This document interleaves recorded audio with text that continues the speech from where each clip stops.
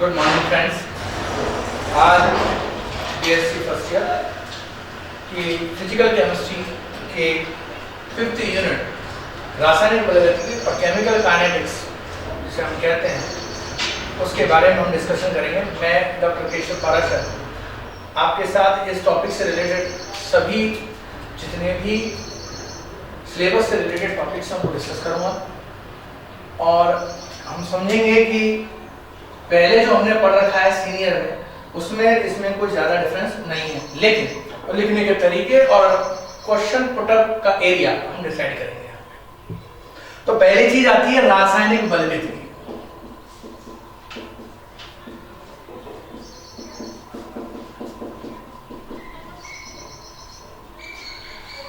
होता क्या है रासायनिक बलगति? रसायन विज्ञान की वह शाखा होती है या वो एरिया है जहां पर हम डिस्कस करते हैं किसी भी रासायनिक अभिक्रिया पर कार्य करने वाले बलों के बारे में, रासायनिक अभिक्रिया में होने वाली प्रकृति के बारे में, बनने वाले उत्पादों के बारे में, उनके अमाउंट के बारे में, उसकी सांद्रता, इनके प्रभावों की आदि की हमें इसमें अध्ययन करते हैं। अर्थात सीधे सीधे भाषा में अगर ये कहा जाए कि रासायनिक बलगति की, रसायन शास्त्र की या केमिकल काइनेमेटिक्स केमिस्ट्री की वह ब्रांच है जिसके अंदर हम डिस्कस करेंगे किसी भी रासायनिक अभिक्रिया में होने वाली प्रकृति के प्रभावों की, अभिक्रिया की कोटि यानी order of the reaction, molecularity अणुसंख्यता, रेट ऑफ रिएक्शन अभिक्रिया की दर, फैक्टर अफेक्टिंग यानी प्रभावित करने वाले कारकों। बात आती है अभिक्रिया की। मैं आपसे डिस्कस करूं कि अभिक्रिया क्या होती है। छोटी क्लासों में या 8वीं या 10वीं से छोटी क्लासों में ये पढ़ाया जाता है कि क्रिया कारक, जिसको हम रिएक्टेंट भी कहते हैं, ये रिएक्शन या जो कह सकते हैं आपस में क्रिया करके उत्पाद यानी प्रोडक्ट फॉर्म करते हैं या बनाते हैं, जिसमें क्रियाकारक एक दूसरे से क्रिया कर उत्पाद बनाते हैं, उसको हम क्या कहते हैं? अभिक्रिया कहते हैं। और हम आज तक यही समझते आए और होना भी चाहिए। लेकिन अगर मैं आपके सीनियर के बाद की बात करूं तो इसके लिए थोड़ा सा हम बदल देते हैं अभिक्रिया की परिभाषा, और अभिक्रिया की परिभाषा को बदलते हुए हम थोड़ा सा इसको अलग तरीके से कहेंगे कि क्रियाकारकों के अणु अथवा परमाणु अथवा कण, एटम, मॉलिक्यूल या पार्टिकल्स एक दूसरे के साथ क्या करें? टक्कर, और टक्कर इन सेंस कोलिजन।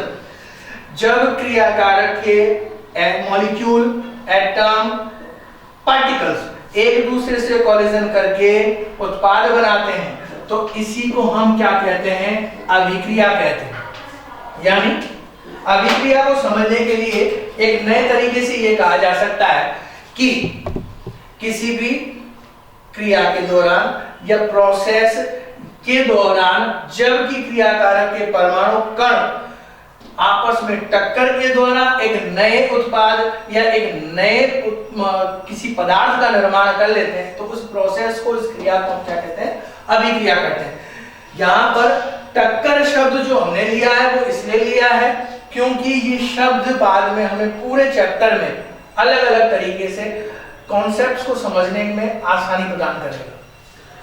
तो अब डिस्कस करते हैं कि अभिक्रिया वास्तव में रन कैसे करती है या अभिक्रिया होती कैसे है। मान लेते हैं कि कोई ए और बी सी का निर्माण करते हैं, ये रिएक्टेंट होंगे, ये प्रोडक्ट होंगे।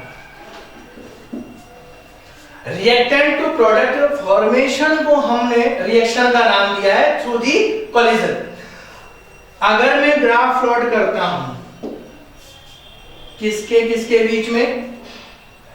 कंसंट्रेशन, सांद्रता और समय, टाइम।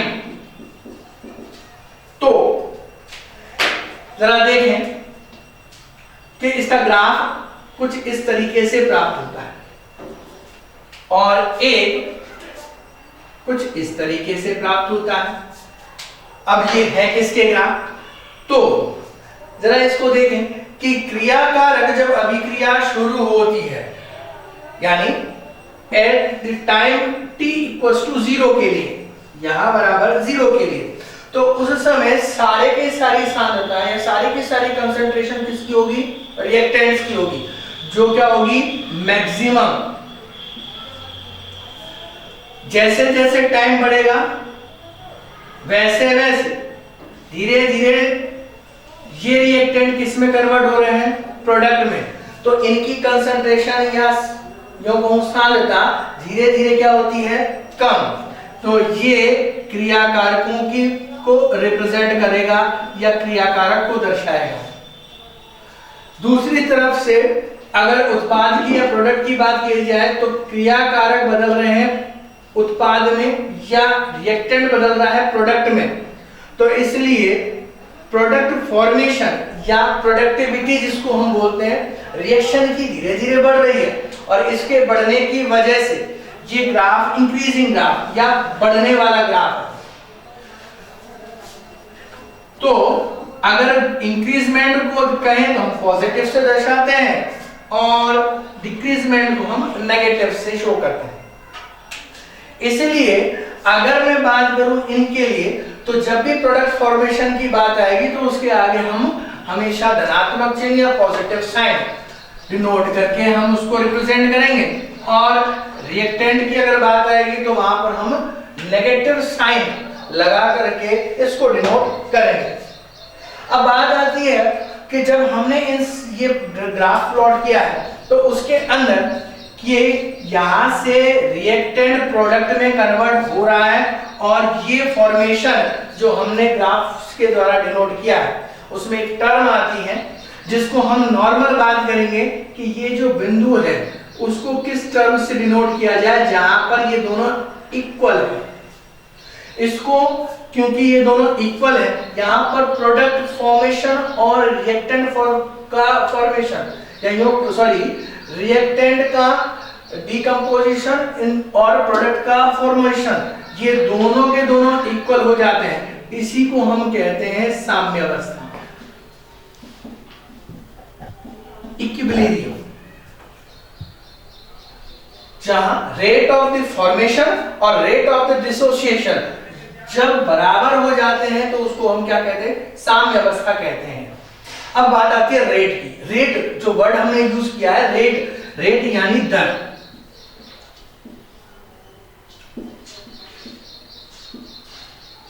दर के अलावा इसको वेग भी कह सकते हैं। तो अब टर्म क्योंकि अभिक्रिया की बात हो रही है तो इसको हम कहेंगे अभिक्रिया का वेग या रेट ऑफ रिएक्शन। तो रेट ऑफ द रिएक्शन है क्या? पहली बात वेग की।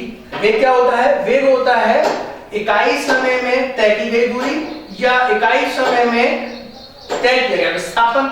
विस्थापन जब कहा जाता है जब हम दूरी की बात करते हैं या दो जगहों की बात करते हैं। अब क्योंकि हम अगर इस दोनों ग्राफों की बात करें तो अगर यहां से कहा जाए कि t इक्वल्स टू t, अगर ये टाइमिंग है तो यहां से एक लाइन हम यहां भी डाल देते हैं t इक्वल्स टू t के लिए। अगर इन दोनों की बात की जाए तो यहां पर अगर मान लीजिए इसके लिए प्रोडक्ट है तो प्रोडक्ट के लिए मैं इसमें कह सकता हूं ये P1 है, ये P0 है। रिएक्टेंट की बात करूं तो ये R1 हो जाएगा और यहां पर कहीं R2 हो जाएगा। अब इन दोनों को देखते हो, ये इतना विस्थापन है, यहां पर एक विस्थापन हमें ये मिलता है। तो अगर अभिक्रिया के दर की बात की जाए तो हम इसे ये कह सकते हैं कि क्योंकि ये ग्राफ किसको निरूपित कर रहा है? सांद्रता को। तो क्रियाकारक की सांद्रता में परिवर्तन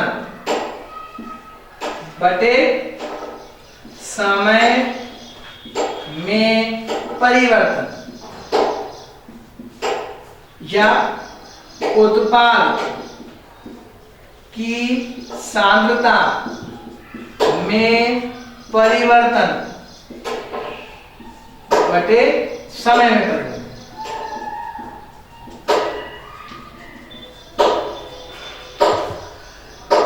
concentration change in reactant upon change in time.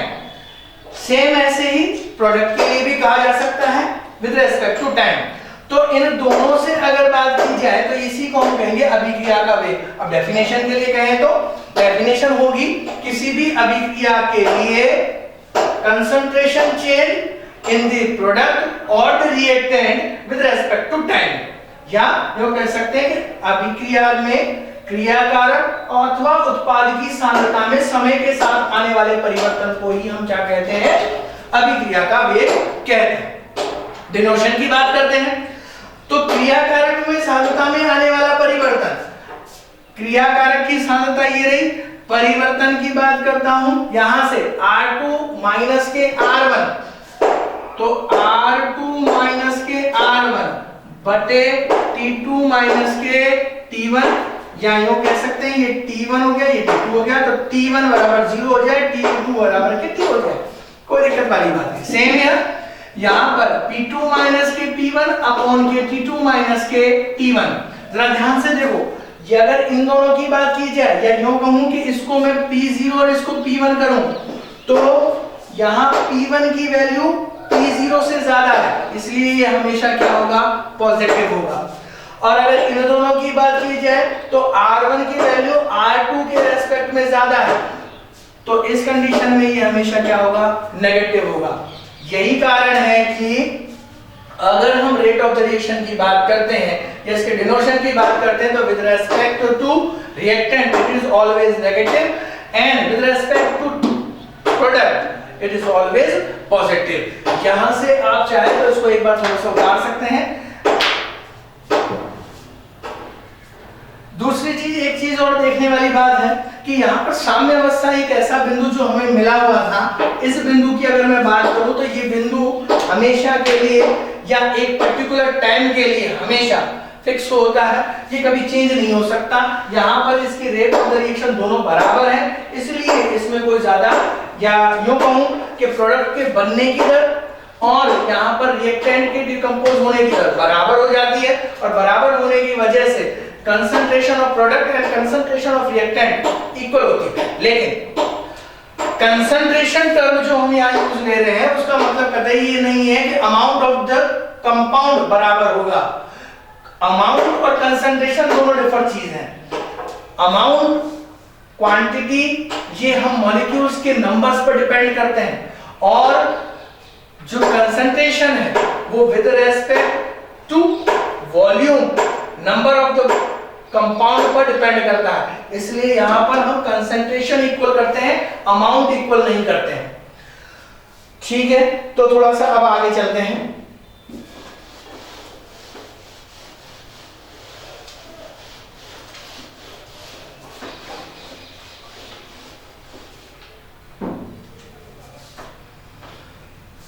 तो हमने देखा कि अभिक्रिया का वेग बराबर R2 माइनस के R1 अपॉन T2 माइनस के T1 is equal to delta R upon के डेल्टा T। डेल्टा यहां पर दोनों के डिफरेंस को डिनोट करता है। अब एक चीज और मैं आपको बात बता दूं, यहाँ पे आप चूंकि ऑनलाइन क्लासेस हैं तो मेरे हिसाब से आपके बायो के स्टूडेंट भी हैं और मैथ्स के स्टूडेंट भी हैं। यहाँ पर तीन चीज हम पढ़ेंगे, एक डेल्टा ये पढ़ेंगे, एक डी पढ़ेंगे, एक डो पढ़ेंगे। सॉरी, ये तो तीनों के तीनों डिफरेंस को डिनोट करते हैं, लेकिन कहीं कहीं डेल्टा, डी और डो, यहाँ तीनों के तीनों ये डिफरेंस को ही डिनोट करते हैं। लेकिन ध्यान रखने वाली बात है, ये बड़े या मेजर डिफरेंस को डिनोट करता है, ये बहुत माइन्यूट डिफरेंस को डिनोट करता है, और साथ ही साथ ये एक अवकलन रूप के लिए हम प्रयुक्त करते हैं।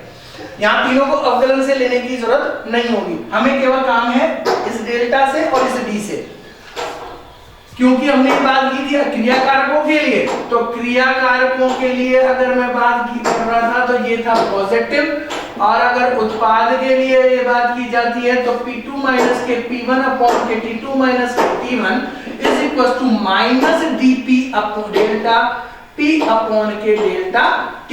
ये एक टर्म हमने डिस्क्राइब की थी। अब अगर मान लेते हैं कि कोई रिएक्शन है, माना कि A प्लस के B2 फॉर्म C प्लस के D यहां आता है, तो इसके लिए हम ये टर्म बना सकते हैं, लेकिन कई जगह आपको कंफ्यूजन भी रहता है, उस चीज को भी डिस्कस करेंगे। पहले अपन इसको लिखने की कोशिश करते हैं इनके टर्म में।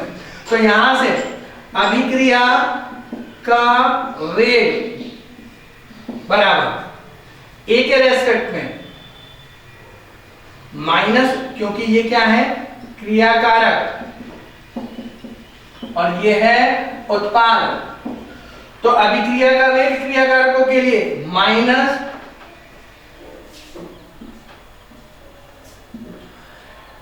Delta A upon delta T बराबर minus delta B upon delta T बराबर, अब उत्पाद के रेस्पेक्ट में plus delta C upon delta T बराबर plus delta D upon delta T. दो क्वेश्चंस आते हैं, एक हमेशा बड़े ब्रैकेट में क्यों और क्या कारण है कि इसको लिखा गया है। तो जब भी किसी भी मॉलिक्यूल को या यूं कहूं किसी भी कंपाउंड को जब हम बड़े ब्रैकेट में डिनोट करते हैं तो वो उसकी सांद्रता को दर्शाता है। तो यहां पर सांद्रता में परिवर्तन के लिए ए की सांद्रता में आने वाला परिवर्तन किसके रेस्पेक्ट में, टाइम के रेस्पेक्ट में। बी की सांद्रता में आने वाला परिवर्तन with respect to time, C की सांद्रता में आने वाला परिवर्तन with respect to T, D की सांद्रता में आने वाला परिवर्तन विद रेस्पेक्ट टू टी। क्योंकि क्रियाकारकों की सांद्रता में कमी आ रही है इसलिए दोनों जगह माइनस, और उत्पाद की सांद्रता में वृद्धि होती है इसलिए दोनों में प्लस। अब एक चीज और, बहुत से बच्चे ये पूछते हैं कि सर ये सभी जगह बराबर बराबर क्यों लगाए हैं, तो इसका रीजन भी है। रीजन ये है बेटा कि हम ये मान के चलते हैं या यूं होता है अभिक्रिया में कि हर क्रियाकारक अपनी भूमिका निभाता है, इसीलिए प्रत्येक क्रियाकारक या हर एक कंपोनेंट के लिए अगर बात की जाए तो उसकी सांद्रता में आने वाला परिवर्तन अभिक्रिया के वेग को प्रभावित करेगा, और जब ऐसा करे होगा तो इसलिए हम हर कंपोनेंट के लिए इसको लिख सकते हैं। ये आपने पहले भी पढ़ा है। अब इसमें थोड़ा सा चेंज करके एक नई इक्वेशन और लिख सकते हैं। यदि अगर ये अभिक्रिया में N1 N2 M1 M2 लगा दिए जाएं, जो कि अपने आप में नंबर ऑफ पार्टिकल्स कह सकते हो, इसको आप अनुसंहिता भी कह सकते हो। इसके अलावा एक इंपॉर्टेंट टर्म जिसको आप कहते आ रहे हैं स्टिकियोमेट्रिक कोएफिशिएंट, या यो कहूं रस समीकरण मिति गुणांक। रस समीकरण मिति गुणांक वे होते हैं जो कि अभिक्रिया को संतुलित करने के लिए प्रयुक्त किए जाते हैं। अभिक्रिया में संतुलन के लिए या यो कहूं उसको बराबर बैलेंस दिखाने के लिए हम छोटे छोटे गुणांकों का एक दोनों साइड गुणा कर देते हैं जिससे कि ये बराबर दिखती है, और इसी को हम रस समीकरण मिति गुणांक स्टोइकियोमेट्रिक कोएफिशिएंट कहते हैं। अगर इस इक्वेशन की बात की जाए तो इसके लिए केवल और केवल अब देखना जरा, यहां पर N1 मॉलिक्यूलों की कंसंट्रेशन जब होगी जब N1 A बड़े बॉक्स में, लेकिन हमें तो केवल A की कंसंट्रेशन में चेंज पता करना है, इसलिए टोटल मॉलिक्यूल्स का क्या लगा देंगे या टोटल नंबर ऑफ पार्टिकल का क्या लगा देंगे भाग। तो 1/N1 delta A upon delta T बराबर -1/N2 delta B upon delta T बराबर plus 1/M1 delta C upon delta T plus 1/M2 delta D upon delta T। ये दोनों टर्म या ये दोनों तरीके से हम अभिक्रिया को रिप्रेजेंट कर सकते हैं in term of rate of the reaction. Example अभी डिस्कस करेंगे हम, तब तक आप एक बार इसको देख लीजिए।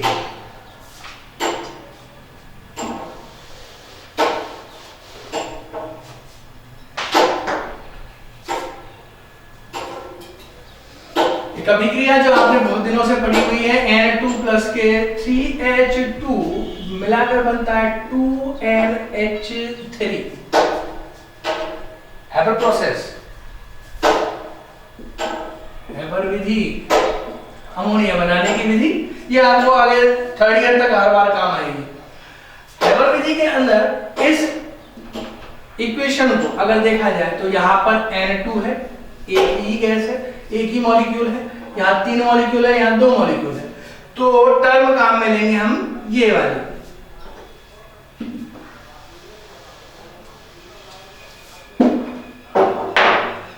इसके लिए यहां से बात करूं तो ये टर्म एज इट इज है, तो अभिक्रिया का वेग क्या लिख सकते हैं जरा बताओ, minus delta N2 upon delta T is equals to minus, अब N2 की जगह 3 है तो यहां से माइनस के 1 अपॉन के 3 delta H2 upon delta T is equals to, product में यहाँ 2 है, यहाँ M1 है, और M1 के लिए इसको नीचे ले जाएंगे बराबर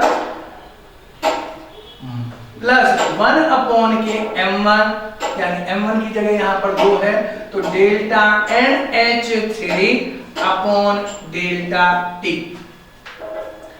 इस तरीके से हम इसको डिनोट कर सकते हैं।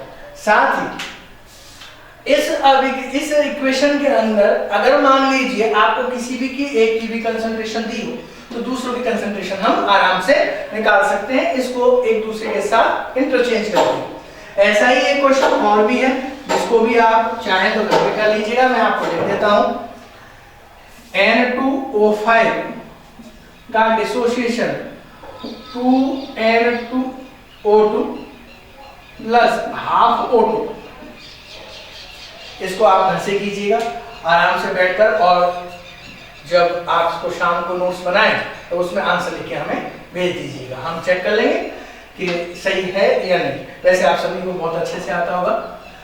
इस तरीके से हम इस चीज को डिस्कस करते हैं। बात आती है अभिक्रिया के वेग के लिए कि अभिक्रिया के वेग को प्रभावित कौन कौन कर सकता है। तो प्रभाव डालने वाली बात यह है कि अभिक्रिया का वेग घटेगा कब, बढ़ेगा कब, या अभिक्रिया का वेग किस तरीके से रन कर सकता है, या उस पर और क्या चीजें प्रभाव डाल सकती हैं। तो इसके लिए कुछ इंपॉर्टेंट चीजें आपने पहले भी पढ़ी हैं, लेकिन इस चीज को समझने के लिए सबसे इंपॉर्टेंट बात यूं कहें कि अगर सबसे अच्छी चीज है तो पहले अभिक्रिया को ही समझना जरूरी है कि अभिक्रिया में, या उसकी अभिक्रिया की जब हमने परिभाषा दी थी या वेग की परिभाषा दी थी तो उस समय हमने बोला क्या था या उसको लिखा क्या है, समझा क्या है। अभिक्रिया का वेग हमने पढ़ते समय ये लिखा था कि अभिक्रिया का वेग जो होता है इकाई समय में क्रियाकारक अथवा उत्पाद की सांद्रता में आने वाले परिवर्तन को हम अभिक्रिया का वेग कहते हैं। तो इसके लिए सबसे इंपॉर्टेंट सांद्रता, आने वाला परिवर्तन किसमें, सांद्रता में। तो पहली चीज जो प्रभावित करती है वो क्या करती है, सांद्रता करती है। दूसरी चीज, समय की बात अलग चीज है, लेकिन इससे पहले दूसरी चीज हम जिसको बात करते हैं वो होता है ताप, क्योंकि अभिक्रियाओं पर ताप का प्रभाव तो सामान्य बात है जो हमने पढ़ा है। तीसरी चीज आती है दाब, इनको डिस्कस करते चलेंगे, बाद में पहले लिख लेते हैं दाब। दाब के बाद नंबर 4 जिसको आप कहते हैं उत्प्रेरक, नंबर 5 जिसको आप कहते हैं विकिरण, और नंबर 6 सरफेस एरिया या सतही पृष्ठीय क्षेत्र, सतही क्षेत्रफल या पृष्ठीय क्षेत्र। अब बात करते हैं स्टार्टिंग से सांद्रता की। सांद्रता का मतलब सीधे सीधे क्या है कि इकाई आयतन में उपस्थित क्रियाकारक अणुओं की संख्या को हम क्या कहते हैं, सांद्रता कहते हैं।